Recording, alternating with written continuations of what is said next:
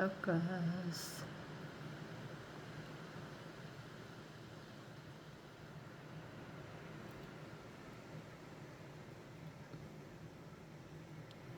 Ayan.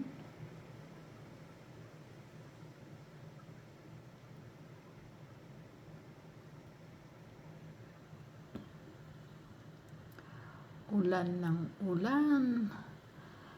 Ilang buwan na.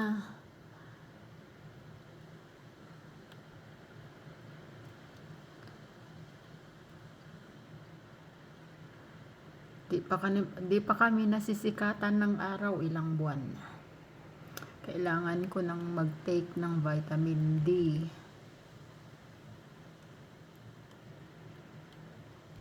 Ayan. Kaya nasisira yung mga bulaklak.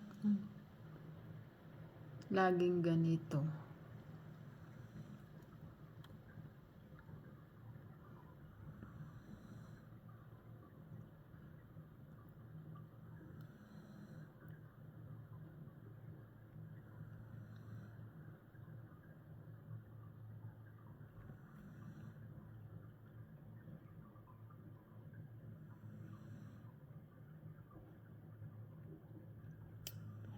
Hindi kami makapagtanim ng gulay kasi laging umuulan, nabubulok yung mga pananim.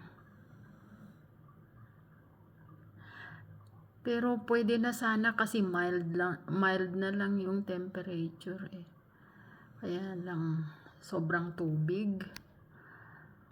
Ay naku, maraming salamat sa inyong panonood mga kapatid. Ingat po kayong lahat.